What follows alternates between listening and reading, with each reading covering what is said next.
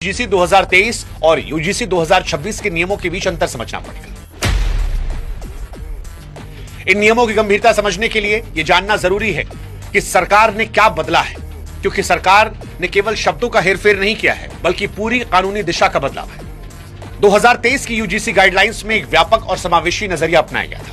उस दस्तावेज में स्पष्ट रूप से किसी भी छात्र के खिलाफ होने वाले भेदभाव को अपराध की श्रेणी में रखने की बात कही गई। उसका मतलब यह था कि न्याय का दरवाजा जो है वो सबके लिए खुला था। सुरक्षा किसी जाति के मोहताज नहीं थी। अगर किसी एक कैंपस में एक ब्राह्मण, राजपूत या किसी सामान्य वर्ग के छात्र को भी उसकी पृष्ठभूमि के चलते प्रताड़ित किया गया तो पुराने नियम उससे भी सुरक्षा देते थे। लेकिन 2026 में नियमों का ढांचा बदल दिया गया। अब यूजीसी क्लॉज 3 को अगर आप ध्यान से देखेंगे तो यहां पर मैंडेटरी कॉम्प्लायंस यानी अनिवार्य रूप से लागू करने की बात बताई गई है। इसका मतलब यह है कि विश्वविद्यालय प्रशासन के पास कोई विकल्प नहीं बचा है। उन्हें बिना किसी प्रारंभिक जांच के केवल शिकायत के आधार पर त्वरित कार्रवाई करनी। यह त्वरित कार्रवाई सस्पेंशन भी हो सकती है, वरना संस्थान की मान्यता या फंड पर खतरा आ सकता है।